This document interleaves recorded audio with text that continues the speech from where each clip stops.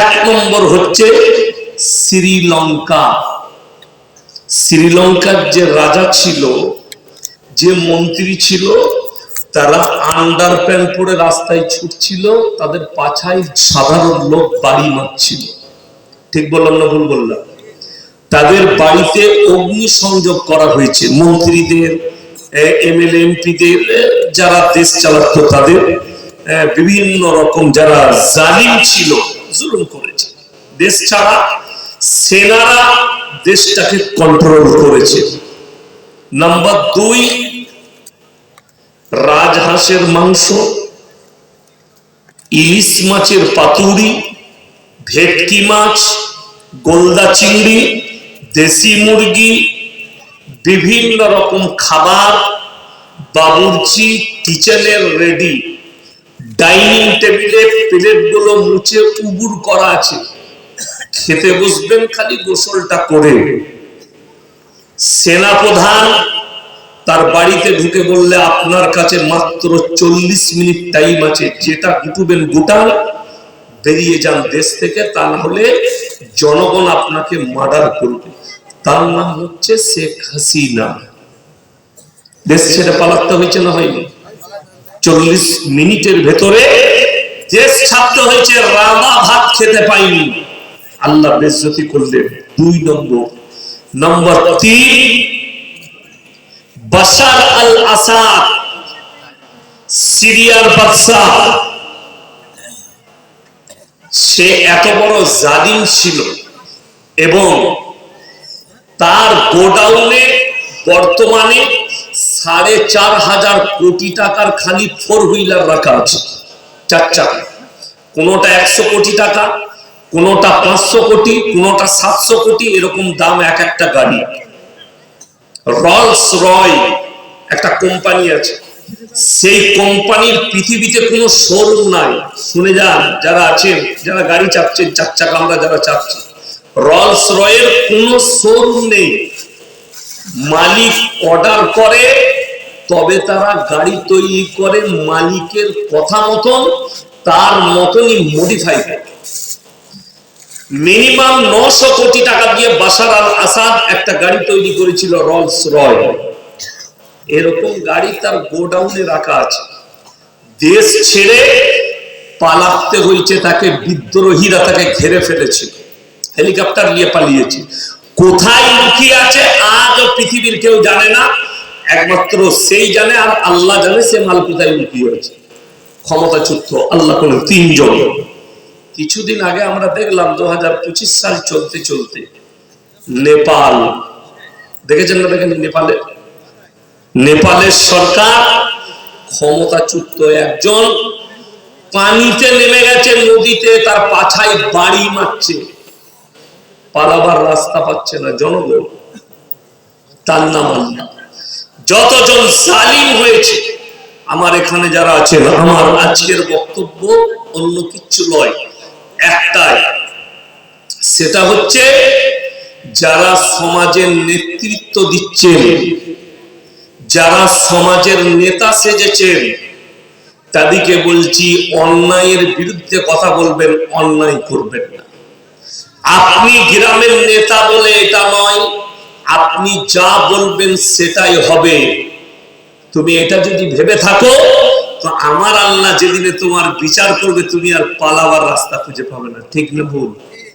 একদম বাস্তব। এই যেমন আমি কালকেই বলেছি একটা জলসা, যে আমাদের সরকার, কেন্দ্র সরকার দিচ্ছে আবাস যোজনার বাড়ি, রাজ্য সরকার দিচ্ছে বাড়ি করো। কাকে? একটা গরিব মানুষ যার মাটির বাড়ি আছে, বেচারা ঘর ভেঙে গেছে, চলো একটা বাড়ি নাও। ভারত সরকারের স্লোগান, রাজ্য সরকারের স্লোগান, ভারতে একটাও মাটির বাড়ি থাকবে না, সব দালান বাড়ি হবে। 1,30,000 টাকা একজনকে দিচ্ছে, গরিবকে বাড়ি করো। তার নামটা খালি এন্ট্রি হয়েছে কাগজে, তার কাছে ফোন চলে এলো, হ্যালো উদয়জি, এই যে দাদা বাড়িতে, আচ্ছা তোর নামটা ভরে দিয়েছি, ওই 10টা দিয়ে দিস। কথা বুঝতে পেরেছেন না পারেন? समझदारों के लिए इशारा काफी है, যারা এইভাবে অন্যায় করে গরিবের টাকাগুলোকে মারছে তারা হারাম খাচ্ছে। যদি কোনো বাপের বেটা মৌলবি হালাল বলতে পারে তাকে স্টেজে নিয়ে আসবেন, তোমার মতো চামার ছোট লোক আমার কাছে আসবে না। আর যদি আমার বক্তব্য সহ্য না হয়, গাড়ি আমার রেডি আছে, আমাকে মানা করবেন, নেমে পালিয়ে যাবে। আমি কারো বনে বোয়ানো বক্তা নয়। আমি যেটা বলছি হক বলছি না, না হক বললাম? হক বলছি। তাহলে হ্যাঁ, তুমি যদি বলো আমি ধর্ম মানি না, ইসলাম মানি না, তুমি যা পারবে করো, আমি বলতে পারি। আমার বন্ধুগণ খুব ভালো করে বুঝবেন, হযরতে উমরে ফারুক কি হয়েছে তোমার?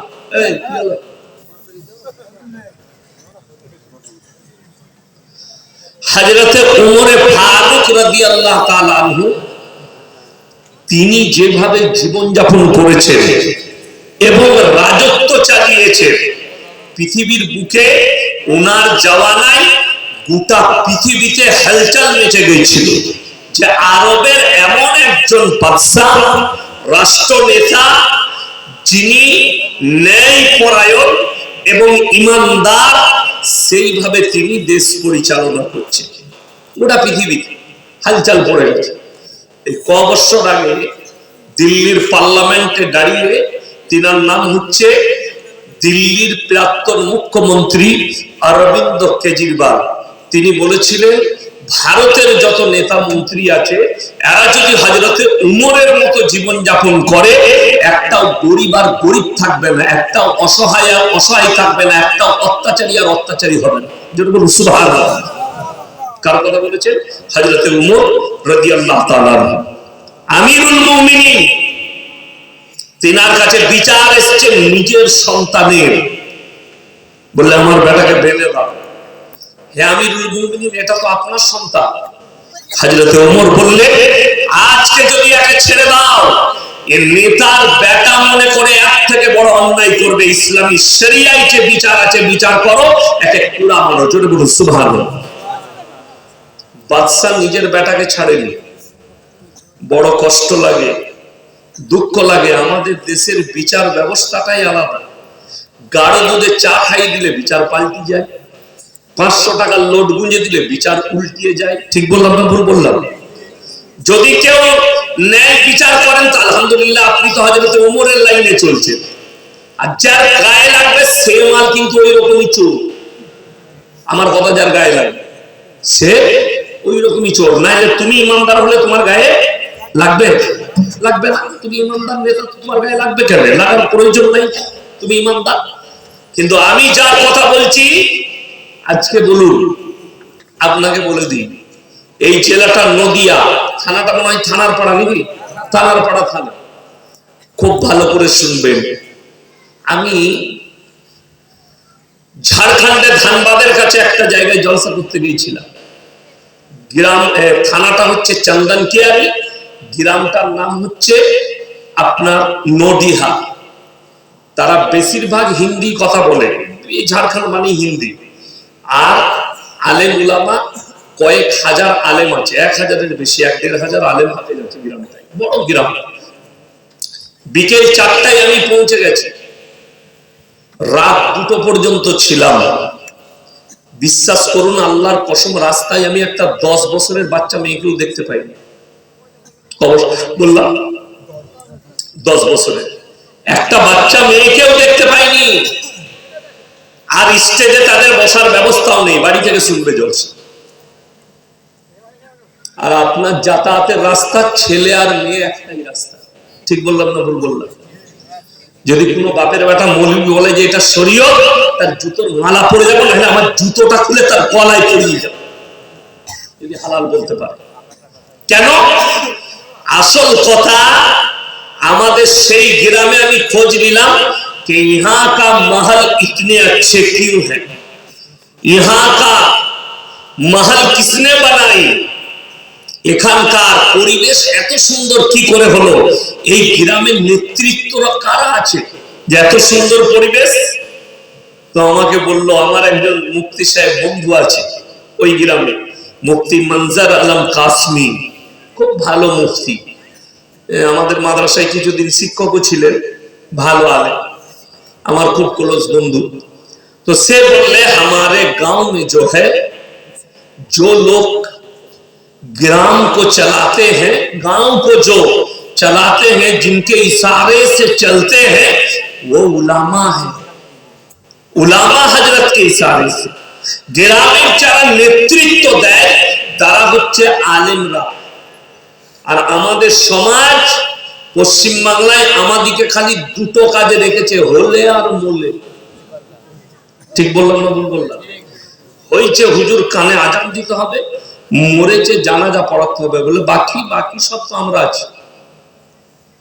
বিয়ের দিন ঠিক করছে কে না? চোর ছেঁচো, মলবি নাই সেখানে। তো সেখানে হারাম কাজগুলো আগে হবে না হালালটা আগে হবে? হালালটা। আপনি যাকে নেতৃত্ব ঠিক করেছেন যে আপনার গ্রাম পরিচালনা করবে, সে জিনাখোর, মাতাল, চোর, চুরি করে খায়, লোকের মেরে নেয়, তাকে আপনি নেতৃত্ব ঠিক করে ইমানদারির সঙ্গে বলুন তো, মসজিদের ইমাম কেউ চোর রাখবে?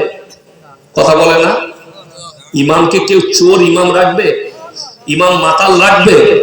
রাখবেন। আপনি ইমামের সময় এলাকার মানুষকে দেখে বলছে, হুজুর একবার আসবেন তো, আমাদের মসজিদে ইন্টারভিউ আছে, ইমাম রাখবো, কোথা থেকে পাস করেছে, কিরকম মলবি, বক্তব্য কেমন, শুনেন না? শুনেন না?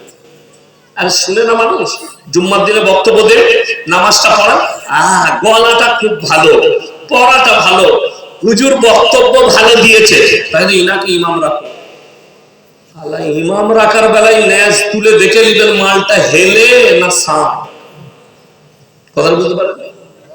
আর নেতা ঠিক করার বেলায় চোর, মাতা, গাঁজাখোর, জিনাখোর, তো সে কি করে তোমার সমাজের উন্নতি করবে? কথা বুঝাতে পারলাম? আমি কারোর বিপক্ষে নয়, আমি আপনাদেরকে আজকে বলে যাচ্ছি। মিশরের বাদশা যখন খবর পেল গোটা পৃথিবীতে আলোচনা চলছে হযরত উমরের, তিনি সফর করে এলেন, সৈন্য নিয়ে কিছু সফর করলেন। উমরকে এসে বললেন, ওমর, গোটা পৃথিবীতে তোমার নামের রমরমা চলছে যে একজন হক্কানি বাদশা এবং নেতৃত্ব আছে, সে হচ্ছে হযরত উমর। তুমি কিভাবে তোমার দেশ পরিচালনা করো? হযরত উমর বললেন, আমার বাড়িতে একদিন দাওয়াত খেতে হবে। যেটা বলি সুবহানাল্লাহ। কি দিলেন? দাওয়াত। বলে আজকে খাবো? বলে ঠিক আছে। জোহরের নামাজ পড়ে দস্তরখান লেগে গেছে। বেটা আব্দুল্লাহকে বলল, আব্দুল্লাহ খানা লাগাও। জবের হাতে করে চাবড়ানো রুটি, কিসের রুটি বললাম? জবের রুটি, আর জৈতুনের তেল একটা পাত্রে। কিসের তেল বললাম? জৈতুন। জৈতুনের তেল আর জবের রুটি, দস্তরখানে আর কিছু নেই। মিশরের বাদশা বলে উঠল, হে ওমর, তোমার মতো বাদশা, দস্তরখানে সামান্য এরকম খাবার, তুমি কেমন নেতা? বলে কেন, আপনি কি খান? বলে আমার দস্তরখানে আখরোট, মুনাক্কা, কাজু, কিশমিশ, পেস্তা বাদাম, দুম্বার মাংস, উটের মাংস পাবে, বিভিন্ন রকম আইটেম পাবে। হযরত উমর প্রশ্ন করলেন, আপনার প্রজারাও কি ওটাই খায়? বলে আমি তো খোঁজ রাখি না। হযরত উমর বললেন, আমি ফজরের নামাজ পড়ে আমার যারা সৈন্য আছে তাদেরকে আমি শহরে পাঠিয়ে দিই, প্রত্যেকটা বাড়িতে খোঁজ লাগাও তার বাড়িতে আজকে কি রান্না হচ্ছে। আজকের দিনে আমার শহরে বেশিরভাগ মানুষের বাড়িতে জবের রুটি আর জাইতুনের তেল। আমার প্রজারা যদি জাইতুনের তেল আর রুটি খায়, আমি বাদশা যদি ভালো মন্দ খাই, আল্লাহকে জবাব কি করে দেবো? জোরে বলুন সুবহানাল্লাহ।